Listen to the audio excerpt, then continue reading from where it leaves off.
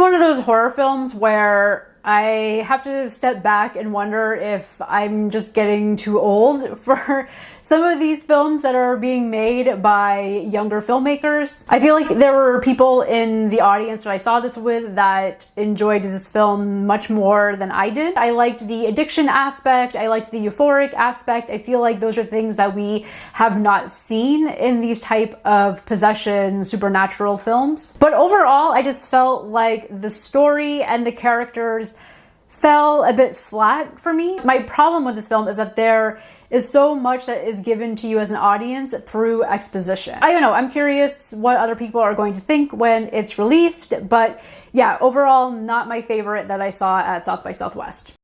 Hello everybody, my name is Caitlin and welcome back to my channel where we talk about all things horror, and today we are talking about the latest A24 horror film, Talk to Me. So yes, this is a film that I have seen already. I saw it back in March at South by Southwest. I gave a brief review for it when I ranked all of the horror films that I saw at South by Southwest, and it actually ended up on the lower end of the ranking. And I did say in my original review for it that it felt like one of those films that I might not be that crazy about, but I could see other people really enjoying it. Back in March, I predicted that it was gonna end up being another Barbarian scenario. And what I mean by that is that I think I'm probably the only person on the planet that did not think Barbarian was as great as everyone else did. And I predicted that Talk to Me was going to be another one of those situations, and it seems like just reading the early reviews for it that my prediction is correct, because I have read comments online of people saying that it's great and one of the best horror films of the year, and I feel like I need to go back and rewatch this film again. I'm curious to see if my mindset or positioning on it will change at all. From what I remember of my initial viewing of it, I remember there were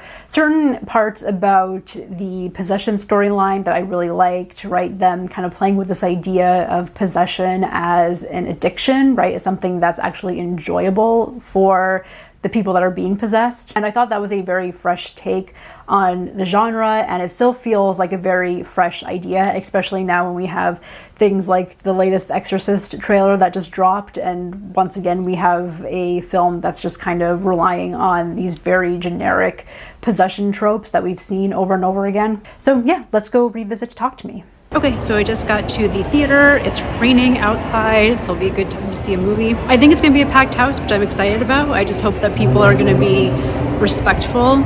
I went and saw Barbie last week, and there was a woman that pulled out her phone to have a full-on FaceTime conversation for 15 minutes in the middle of the movie, so hopefully we have none of that. I just got out of Talk to Me. Luckily, there was no one talking on their phones this time. Although I did have a lady that came in during the first possession scene to ask me if the movie was Sound of Freedom. And I was like, no, this is definitely not Sound of Freedom. So initial thoughts just coming out of the theater. There are a lot of people here to see Barbie. Initial thoughts, did I have a more positive experience the second time around? Yeah, I did, actually. I don't know how to describe it, except to say that this time around, the movie felt a lot clearer to me. The story felt a lot clearer, but I'm gonna sleep on it and then give my thoughts tomorrow. Okay, so it is the following day. I've had some time to think about Talk to Me, and yes, overall I had a much more positive experience watching it last night than on my initial viewing at South by Southwest. I had a lot more fun with the characters this time around. I really felt for them this time around as well, and overall I just felt like I understood the story better. Now, when I think back to when I saw it at South by Southwest, I think one of the problems that I had on my initial viewing was, one, just being tired from traveling. I remember going to see Talk to Me was one of the first things that I did upon arriving at South by Southwest. And of course, it's a festival, so there's just a lot happening at any one time. We saw it at the Alamo Draft House, so there were people constantly coming in and out and eating and all of this noise. And one thing that I remember from that screening is that I felt like I had a hard time understanding the dialogue and what the characters were saying. Now, this is an Australian production, so the actors do have accents, at least to my American ears they do. But I didn't have a problem understanding them this second time around, so I don't know if the screening that I was at South by Southwest, if it was just the audio in the theater that we were at. But going back, I can definitely see how I missed some crucial parts of the dialogue. And this is still my biggest critique of this film, is that there is a lot of information that is given to you through exposition. A lot of the world building and understanding characters' emotional states is said through dialogue, and sometimes it's said in these throwaway lines that if you miss it, then you might be confused about something that happens later on. So being in a smaller theater where there were no distractions, I was really able to focus on what the characters were saying. And so some scenes that I found confusing upon my first watch, I was able to understand better last night. So that's what I meant last night when I said that overall the film felt a lot clearer.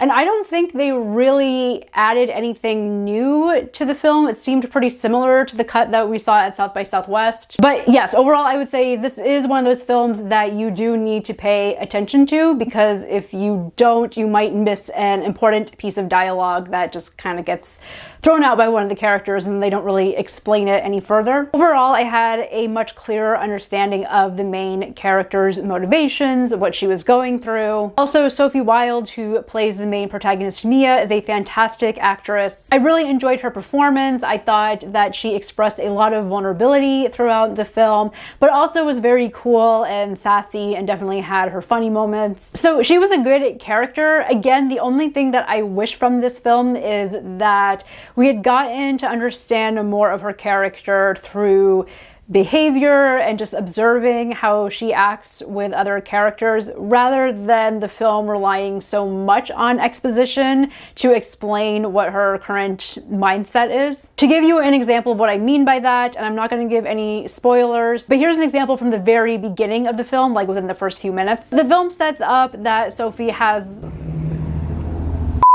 lost her mother, and the loss of her mom has led her to have a very strained relationship with her father. They don't really get along. She doesn't like to be around him. And there's one moment at the beginning of the film which I thought was really well done, where she's in the kitchen, she's washing dishes or something, and her dad keeps trying to talk to her. Right? She can't hear what he's saying because of the running water, so she keeps having to shut it off and is very annoyed and is like, what are you saying? So that was a nice moment to show the disconnect between them, but I wish that the scene had kind of pushed that further, or maybe had been a bit longer, because in the following scenes we then learn that this particular day that the film is starting on is actually the anniversary of her mother's death, and she doesn't want to be with her dad on that day because she just finds him really depressing. She wants to be with her friends, right? She just wants a distraction. She wants to kind of forget everything. But again, we learn all of these things through her saying it to other characters. And I just feel like this film could have been a little bit stronger had it really pushed and shown visually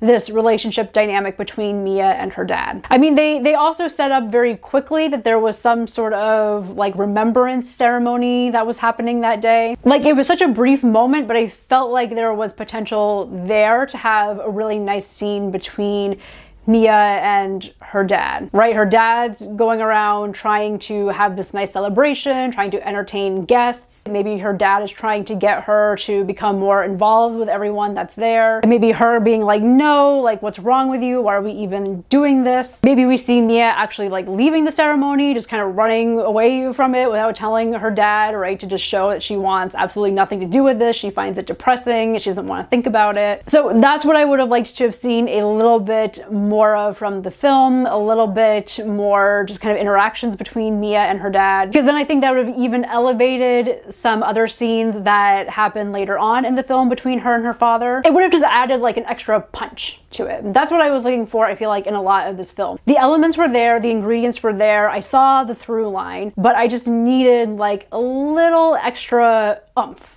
A little extra punctuation on kind of what the characters were thinking and feeling and the overall themes of the film. The possession aspect of the film and the way that characters use possession as a way to kind of get high and get a thrill, I still think that is the strongest aspect of Talk to Me. You also have this added element of social media as well, because you have characters that are constantly filming the possessions and putting them on their social media pages. I do remember reading an interview after South by Southwest with Danny and Michael Filippo? Is that how you say their last name? I always say their last name wrong, apologies. But I remember them saying in the interview that one thing they were really interested in exploring and inspired by was this kind of social media culture that we have, especially the way that people, and they were talking about younger people as well, film someone and kind of use it as a way to make fun of them. And you can definitely see that here in the film, right? Where you have characters that are possessed or they're in a state of distress because of dealing with all of these demons, and they're in the middle of a total freak out, and the only thing that the people around them are doing is taking out their cameras and filming it and laughing at them. So I did think that element was a nice touch.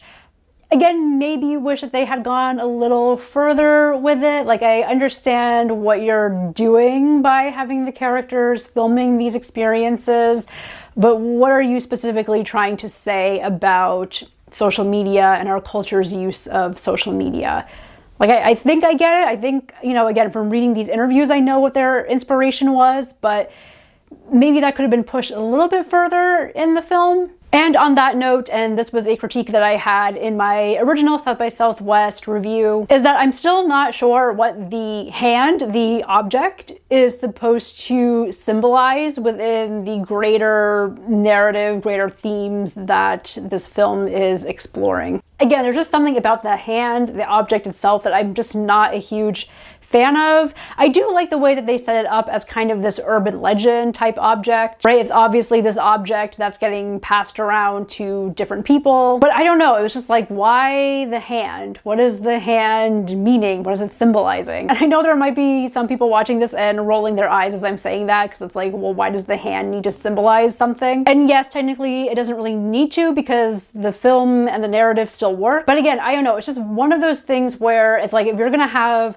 an object like this in a film, and an object that has a large importance to the overall narrative and the character development, I feel like it needs to represent something either connected to the themes or connected to the character and the grief and trauma that she's dealing with, right? If you go back and watch a lot of classic films that have these kind of objects in them, the objects usually are symbolic of something. Usually it has something to do with, you know, maybe a certain trait that the characters need to take in, right? A lesson that needs to be learned, or the object represents something that the characters need to learn to let go of. It kind of goes back to that basic screenwriting thing of like, what does your character want and need? And one way to get that across in a really simple way is to have these objects that are meaningful in some way. And so while I understand that the hand is the tool that the characters use to talk to the spirits, and it just feels like this random object that is there. And again, I know because of the director's Q&A after the screening at South by Southwest that they weren't really sure what the object was going to be going into pre-production of this film. So I guess that's my other like critique, is that it kind of felt like the hand could have just been like any other random object and you would have had the same story. The hand also has a bunch of writing on it, and at no point does the characters ever like